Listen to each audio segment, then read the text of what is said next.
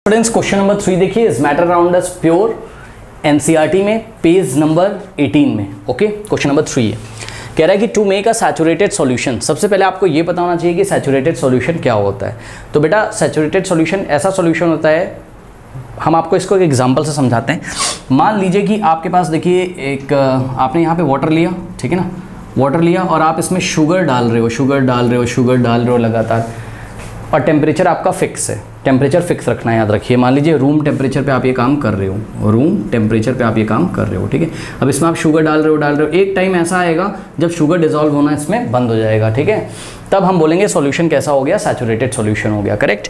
तो होता क्या है एक्चुअल में बेटा, होता ये है कि देखिए वाटर के जो पार्टिकल्स हैं, जब आप इसमें शुगर डाल रहे हो तो वाटर के जो पार्टिकल्स हैं, शुगर के जो पार्टिकल्स हैं वो कहाँ आ जाते हैं। देखिए वाटर के जो पार्टिकल्स हैं उनके बीच में इंटरमॉलिक्यूलर स्पेस है। क्या है? इंटरमॉलिक्यूलर स्पेस है। देखिए वाटर के पार्टिकल्स के बीच में ये जो स्पेस है ना, इसको हम क्या बोलते हैं, इंटरमॉलिक्यूलर स्पेस है। आप समझो, जो पानी लिया आपने ग्लास में ना, पानी के जो मॉलिक्यूल्स है उसमें जाके, या पानी के जो पार्टिकल्स उसमें जाके अगर ध्यान से आप देखोगे, देखने का मतलब है देख तो नहीं पाओगे, मैं इमेजिन करा रहा हूँ, ध्यान से देखोगे तो दो पार्टिकल्स के बीच में डिस्टेंस होगा, दो मॉलिक्यूल्स के बीच में डिस्टेंस होगा, कुछ गैप होगा, कुछ जगह खाली होगी, ठीक है। तो ये जो स्पेस खाली है यहाँ पे, ये देखिए सारा, इसी को हम क्या बोल रहे हैं, इंटरमॉलिक्यूलर स्पेस बोल रहे हैं, ठीक है। इसी जब आप शुगर डालते हो तो इसी इंटरमॉलिक्यूलर स्पेस में शुगर के पार्टिकल चले जाते हैं, करेक्ट।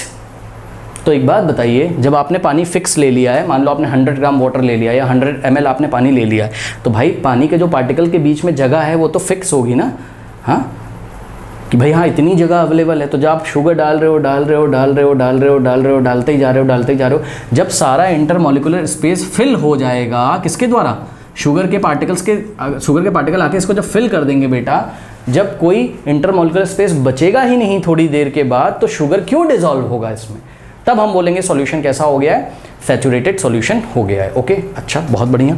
तो देखिए what is the definition of saturated solution, when no more solute. Solute कौन होता है, जिसको हम डिसॉल्व करते हैं वो क्या होता है, सॉल्यूट होता है। जिसमें डिसॉल्व करते हैं वो क्या होता है, सॉल्वेंट। तो इस एग्जांपल में सॉल्यूट क्या आपका शुगर और वाटर क्या आपका सॉल्वेंट है, ठीक है ना। अगर आप एग्जांपल 2.1 को देखेंगे तो सारी डेफिनेशंस पहले ही मैं करा चुका हूँ, इसी प्लेलिस्ट में आपको कमेंट सेक्शन में, पिन कमेंट में मिल जाएगा, ठीक है। तो वहाँ पे हमने आपको डिटेल में सारी चीज़ें बताई हुई हैं। अच्छा, तो सैचुरेटेड सॉल्यूशन का एग्जांपल क्या है बेटा, सॉरी डेफिनेशन क्या है सैचुरेटेड सॉल्यूशन का, when no more solute can be dissolve in a solution. When no more solute can be dissolve in a solution, जब दिए गए सॉल्यूशन में हम और ज़्यादा सॉल्यूट ना डिसॉल्व कर पाएँ, तो इस स्थिति को हम क्या बोलते हैं कि हमारा सॉल्यूशन कैसा हो गया, सैचुरेटेड सॉल्यूशन हो गया है, ठीक है। तो it is called saturated solution, but mind it at a given temperature. ये क्यों लिख दिया मैंने कि when no more solute can be dissolved in a solution at a given temperature is called a saturated solution. At a given temperature शब्द का use बेटा इसलिए हम लोगों ने किया यहाँ पर, क्योंकि ध्यान दें, हमने आपको क्या बताया था, हमने आपको बताया था ये शुगर के पार्टिकल्स कहाँ आते हैं, बताइए, इंटरमॉलिक्यूलर स्पेस में आते हैं। बेटा एक बात बताओ, अगर टेम्परेचर चेंज कर दोगे, मतलब टेम्परेचर अगर इंक्रीज कर दोगे, ध्यान दो बेटा जरा, अगर तो आपने केस नंबर 1, अगर तो आपने क्या कर दिया, टेम्परेचर इंक्रीज कर दिया, याद रखिएगा, टेम्परेचर इंक्रीज बेटा करोगे तो इंटरमॉलिक्यूलर स्पेस इंक्रीज हो जाएगा, याद रखिएगा, इंटरमॉलिक्यूलर स्पेसेस इंक्रीजेज, याद रखिएगा बेटा। जब आप टेम्परेचर अगर सॉल्यूशन का अचानक से बढ़ा दोगे, इसको गर्म कर दोगे, नीचे से बर्नर लगा दोगे, तो क्या होगा, जो सॉल्यूशन है वो ऐसे एक्सपैंड करेगा, उसके पार्टिकल दूर दूर जाएंगे। अरे यार, इसको हीट एनर्जी दोगे ना तो पार्टिकल की काइनेटिक एनर्जी बढ़ेगी, वो इधर उधर रैंडम भागेंगे, थोड़ा सा इधर उधर मोशन करेंगे और अच्छी तरीके से वाइब्रेट कर रहे थे अपनी पोजीशन पर, पहले ऐसे वाइब्रेट कर रहे थे, अब तेजी से वाइब्रेट करेंगे। मतलब आप मोटी मोटी बात ये समझो, सब हमने चैप्टर में पढ़ा है, प्लीज चैप्टर फॉलो करिए। जब आप टेम्परेचर बढ़ाएंगे तो इंटरमॉलिक्यूलर स्पेस क्या हो जाएगा, बढ़ जाएगा, किसके कारण, क्योंकि पार्टिकल का काइनेटिक एनर्जी ज़्यादा हो जाएगा, वो इधर उधर रैंडमली मोशन करने लगेंगे, जिससे इंटरमॉलिक्यूलर स्पेस थोड़ा सा बढ़ जाएगा। अब टेम्परेचर बढ़ाने से क्योंकि इंटरमॉलिक्यूलर स्पेस बढ़ गया है, तो शुगर और आ पाएगा कि नहीं आ पाएगा, बताइए। यानी कि अगर हम टेम्परेचर बढ़ा दें तो सैचुरेटेड सॉल्यूशन डिस्टर्ब हो जाता है, यानी कि वो अनसैचुरेटेड बन जाता है, और उसमें हम और सॉल्यूट डाल सकते हैं, उसमें हम और सॉल्यूट को डिसॉल्व करा सकते हैं, याद रखिएगा। एंड वाइस वर्सा, इसी का उल्टा, मतलब अगर हम टेम्परेचर डिक्रीज कर दें बेटा, अगर टेम्परेचर डिक्रीज करोगे तो सोचो क्या होगा, इंटरमॉलिक्यूलर स्पेस भी क्या होने लगेगा, कम होने लगेगा। और यहाँ पे देखिए जरा, अगर हम टेम्परेचर डिक्रीज कर दें तो क्या होगा, इंटरमॉलिक्यूलर स्पेस अब और कम होने लगेगा, यानी कि अब शुगर के पार्टिकल्स आपको बाहर आते हुए नजर आएंगे क्रिस्टल्स के फॉर्म में, जो बेचारे डिसॉल्व थे अंदर वो भी बाहर आने लगेंगे, ठीक है। क्रिस्टल्स के फॉर्म में शुगर आपको बाहर आता हुआ नजर आएगा जैसे जैसे आप टेम्परेचर्स का डाउन करोगे, करेक्ट। तो ये चीज़ है। बहरहाल तो आपको याद रखना है कि जब भी आप सैचुरेटेड सॉल्यूशन की बात कर रहे हैं तो एक गिवन टेम्परेचर पे आप चेक कर रहे हैं कि वो सैचुरेटेड है कि नहीं, क्योंकि टेम्परेचर चेंज कर दोगे उसका सैचुरेशन लेवल डिस्टर्ब हो जाएगा, ठीक है। चलो बहरहाल अब ध्यान से चेक करिए, यहाँ पे आपको क्वेश्चन क्या दिया हुआ है, कह रहा है to make a saturated solution 36 gram of sodium chloride. तो बेटा एक बात बताओ, कितना सोडियम क्लोराइड लिया है इसने, 36 ग्राम सोडियम क्लोराइड लिया है, dissolved in 100 gram of water. यानी कि यहाँ पे ध्यान से चेक करें, ये देखिए ये इन्होंने बेटा पहले पानी लिया हुआ है, वाटर, ठीक है। तो वाटर लिया है कितना, बोलिए फटाफट, वाटर लिया है कितना, 100 ग्राम वाटर लिया है, ठीक है। और इसमें NaCl डाला है, NaCl मतलब सोडियम क्लोराइड डाला है, कितना बोलिए फटाफट, 36 ग्राम, करेक्ट। तो बताओ यहाँ सॉल्यूट कौन है और सॉल्वेंट कौन है, NaCl क्या है, सॉल्यूट है, ठीक है, और वाटर क्या आपका सॉल्वेंट है, करेक्ट। इन्होंने आपसे क्या पूछा है, एट 293 केल्विन, टेम्परेचर इन्होंने क्यों फिक्स कर दिया 293 केल्विन, क्या मैंने बोला आपको कि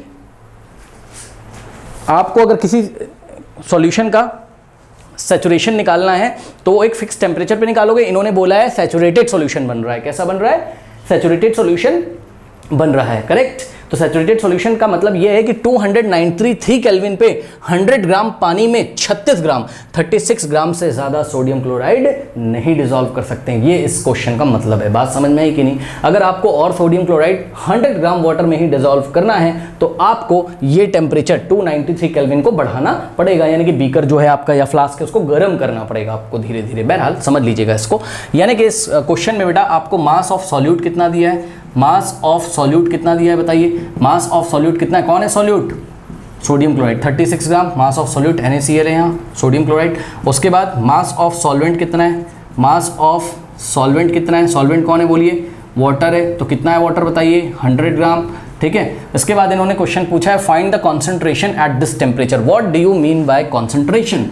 कॉन्सेंट्रेशन क्या होता है, amount of solute, amount of what, solute in the given amount of, concentration definition amount of solute in the given amount of solvent या फिर in the given amount of क्या, solution, ठीक है। दिए गए solution में कितना अमाउंट है आपका सॉल्यूट का, इसी को हम क्या बोलते हैं, कॉन्सेंट्रेशन बोलते हैं, ठीक है ना। या दिए गए सॉल्वेंट में कितना सॉल्यूट है, इसी को हम क्या बोलते हैं, कॉन्सेंट्रेशन बोलते हैं, ठीक है। तो दिए गए सॉल्वेंट में, ये तो आपके सिलेबस में नहीं है अभी, अभी आपके सिलेबस में कौन सा है, amount of solute in the given amount of solution, ठीक, इसी को हम कॉन्सेंट्रेशन बोलते हैं। जैसे कि बेटा मान लो कि आपके पास एक 100 ग्राम सॉल्यूशन है, 100 ग्राम सॉल्यूशन है, 100 ग्राम सॉल्यूशन में मान लीजिए हमने आपको बोल दिया कि भाई 20 ग्राम क्या है, शुगर है। टोटल सॉल्यूशन कितना है बताइए, टोटल सॉल्यूशन कितना है, 100 ग्राम, किसका, शुगर और वाटर का। तो इस 100 ग्राम सॉल्यूशन में 20 ग्राम शुगर है, इसका मतलब वाटर कितना होगा बताओ, वाटर कितना होगा, 80 ग्राम। नहीं समझ में आई बात, सॉल्यूशन किससे मिलकर बनता है, सॉल्यूट और सॉल्वेंट से। अगर 20 ग्राम शुगर है तो बचा हुआ पानी तो होगा, ठीक है। तो ये चीज़ है, तो एक सॉल्यूशन ये, और दूसरा सॉल्यूशन देखिए जरा, दूसरा सॉल्यूशन क्या आपके पास, मान लो बेटा 100 ग्राम सॉल्यूशन ही हमने आपको दिया, 100 ग्राम शुगर और वाटर का सॉल्यूशन है, सॉल्यूशन टोटल आपका कितना है, सॉल्यूशन टोटल आपका कितना है, 100 ग्राम है, और इसमें हमने आपको बोल दिया शुगर कितना है, 40 ग्राम है। ये लीजिए, मान लीजिए शुगर कितना है एट अ गिवन टेम्परेचर, कोई टेम्परेचर होगा उस पर, शुगर कितना है बताइए, 40 ग्राम है। तो बताइए मुझे किसमें कॉन्सेंट्रेशन ज़्यादा है, मतलब अमाउंट ऑफ सॉल्यूट किसमें ज़्यादा है in a given amount of solution. Given amount of solution fix कर लिया कितना, 100 ग्राम, ठीक है। तो कौन से सॉल्यूशन में सॉल्यूट ज़्यादा है, सेकंड वाले में, तो सेकंड वाले का कॉन्सेंट्रेशन ज़्यादा है। ये कॉन्सेंट्रेशन का मतलब होता है। कोई डाउट है बताइए। तो बस अब कॉन्सेंट्रेशन निकालने का जो फॉर्मूला होता है वो हम कैसे निकालते हैं, मास बाय मास निकालते हैं, मास बाय वॉल्यूम निकालते हैं, ठीक है। तो यहाँ पर हम क्या निकालने जा रहे हैं, mass percentage of solution, mass percentage of solution. क्यों, क्योंकि यहाँ पर कोई भी वॉल्यूम मिलीलीटर वगैरह में आपको नहीं दिया हुआ है। तो मास परसेंटेज ऑफ सॉल्यूशन का क्या मतलब होता है, इसका फॉर्मूला हमने आपको लिखाया था। न्यूमरेटर में हम किसका मास रखते हैं, मास ऑफ सॉल्यूट का, और डिनोमिनेटर में हम किसका मास रखते हैं, मास ऑफ सॉल्वेंट का। Mass of solute divided by mass of solvent into क्या करते हैं, इनटू 100 करते हैं, ठीक है ना। तो इस तरीके से अब मास ऑफ सॉल्यूट कितना है बताइए, 36, और नीचे मास ऑफ सॉल्वेंट कितना है, सॉरी मास ऑफ सॉल्यूट क्यों लिख रहा हूँ मैं, मास ऑफ सॉल्यूशन लिखना चाहिए ना नीचे डिनोमिनेटर में, मास ऑफ सॉल्यूशन, ठीक है ना। तो मास ऑफ सॉल्यूशन कितना हो जाएगा, सॉल्यूशन किससे किससे मिलकर बना हुआ है, 100 ग्राम तो वाटर है भाई, सॉल्यूट और सॉल्वेंट से मिलकर सॉल्यूशन बनेगा ना। तो 100 ग्राम वाटर है और 36 ग्राम क्या है, सॉल्यूट है। तो नीचे क्या रखेंगे, सॉल्यूशन का मास कितना हो जाएगा, 100 प्लस 36, ठीक है। ये हो गया आपका सॉल्यूशन का मास, इनटू क्या करेंगे 100। सॉल्व कर लीजिए, क्या हो जाएगा यहाँ से, यहाँ कर दे रहा हूँ 36 अपॉन 100 प्लस 36 कितना हो जाएगा 136 इंटू 100। अब इसको सॉल्व कर लीजिए और जो भी आंसर आएगा उसको आप लिख दीजिए, ठीक है ना।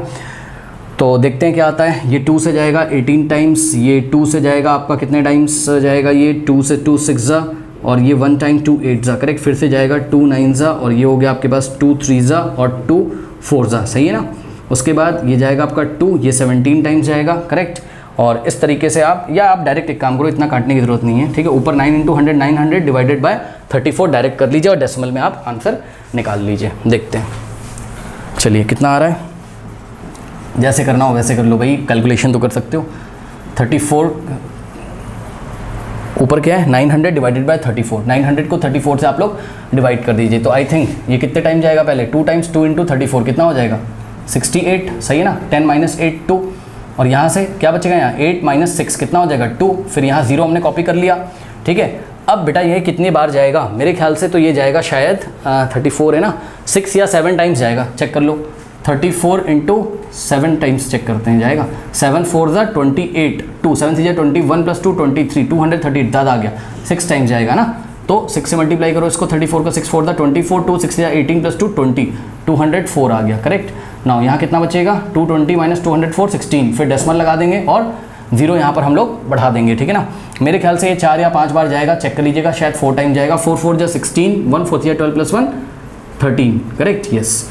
उसके बाद 10 माइनस 6 4, और यहाँ पर 5 माइनस 3 2 आ जाएगा। फिर डेसिमल की हेल्प से आप लोग यहाँ 0 लगाएंगे स्टूडेंट्स, और ये आ गया 240। तो 240 बेटा मेरे ख्याल से तो शायद 7 टाइम्स आपका जाएगा, ठीक है ना। तो 7 4 ज़ा 28, 2 7 3 ज़ा 21 प्लस 1 23, 238 आ गया, 238 आ गया। 2 बचेगा, डेसिमल की हेल्प से 0, सही है। तो ये चीज़ हो गई, कोई डाउट है बताइए। अब कितने टाइम्स गया था, पहले 7 टाइम्स गया था ना। अब यहाँ पे 2 बचा, फिर डेसिमल की हेल्प से 0 लगा लिया। अब सुनो मेरी बात ध्यान से, अब यहाँ पे सुनिएगा मेरी बात ध्यान से, सुनो बेटा। अब क्या करना है, क्या सर आंसर ऐसे ही छोड़ दें, नहीं। आप एक काम करो, डेसिमल के 3 प्लेस तक निकाल के 2 प्लेस तक राउंड ऑफ कर दो। अभी डेसिमल के 2 प्लेस तक आया है, ठीक है। अब डेसिमल के 3 प्लेस तक निकालो। कैसे निकालेंगे सर, अभी अभी यहाँ रिमाइंडर कितना बचा है बताइए, 2 बचा है। फिर डेसिमल की हेल्प से आप 1 0 ले सकते हो बस, अब तो नहीं ले सकते हो, लेकिन अभी भी 20 जो है 34 से क्या है छोटा है। तो हम 34 की अगर टेबल चलें तो 34 इंटू 1 क्या होता है 34, तो 34 1 जा ही 34 हो गया, जो कि 20 से ज़्यादा है, तो 20 से तो कम आना चाहिए। यानी कि हम टेबल कितने टाइम्स ले जाएंगे 0 टाइम्स। तो 34 0 ज़ा 0, तो 34 0 ज़ा कितना आ जाएगा 0। अब 20 माइनस 0 20, ये देखिए कितना आ गया डेसिमल के 3 प्लेसेस तक 26.470। अब लास्ट में क्या है 0, तो आगे हम क्या करेंगे, कुछ भी ऐड नहीं करेंगे, क्योंकि लास्ट में नंबर अगर 5 से छोटा होता है तो आगे हम कुछ भी नहीं करते। यानी कि जो हमारा आंसर आ जाएगा वो राउंड ऑफ होकर कितना आ जाएगा, ये सॉल्व करके 24.47%, करेक्ट। ये आ गया आपका आंसर, ठीक है। सॉरी 24 नहीं है, 26.47%। मान लो कुछ बच्चे बोलते हैं सर और थोड़ा बता दीजिए, 26.47 अगर बेटा यहाँ पर मान लो होता क्या 7 होता तो हम आगे 1 ऐड कर देते, मतलब यहाँ पे 5 से अगर बड़ा नंबर होता तो हम आगे 1 ऐड कर देते, 26 पॉइंट यहाँ 7 में 1 ऐड कर देते, ऐसे राउंड ऑफ करते हैं। और मान लो ये होता 26.47 और 4 होता, यानी कि लास्ट में 5 से छोटा होता तो हम आगे कुछ भी नहीं करते, तो ऐसे राउंड ऑफ करते, 26.47 आ जाता। और अगर लास्ट में क्या होता 26.47, लास्ट में अगर 5 होता, एग्जैक्टली 5 होता, तो हम ये चेक करते आगे इवन है कि ऑड है, इवन है तो छोड़ दो, ऑड है तो जोड़ दो। अब आप चेक करो 5 के पहले क्या है 7 है, तो 7 ऑड नंबर है, तो 7 में 1 ऐड कर देंगे, यानी कि 26.48 आ जाएगा, ठीक है। लेकिन अगर ऐसा होता 26.47 और पीछे 5 होता और यहाँ पर मान लो 8 होता, ठीक है, तो लास्ट में क्या है 5 है, 5 के पहले क्या है इवन, इवन है तो छोड़ दो, ऑड है तो जोड़ दो, तो इवन है तो छोड़ दो, यानी कि 8 एक इवन नंबर है, तो ऐसे इसको हम लोग छोड़ देते हैं। इस तरीके से हम लोग थोड़ा सा राउंड ऑफ करते हैं। ओके, कर लीजिए स्टूडेंट्स। एक चीज़ और, ये जो आंसर आया हुआ है इसका मीनिंग क्या है, ठीक है, कॉन्सेंट्रेशन का क्या मीनिंग है, इसका ये मीनिंग है, वो कहना चाहते हैं मास बाय मास परसेंटेज में कि अगर जो भी सॉल्यूशन तैयार किया गया उसका अगर 100 ग्राम सैंपल लें, कितना लें, अगर 100 ग्राम सैंपल लें, जो भी सॉल्यूशन तैयार किया गया, तो उस 100 ग्राम सॉल्यूशन में, बेटा ध्यान से ज़रा चेक करो, 100 ग्राम सॉल्यूशन में 26.47 ग्राम तो क्या होगा, सोडियम क्लोराइड होगा, और जो भी बचा कुचा होगा वो क्या होगा, आपका वाटर होगा, करेक्ट। ये इसका मीनिंग है। बचा कुचा कितना हो गया बताइए, 100 माइनस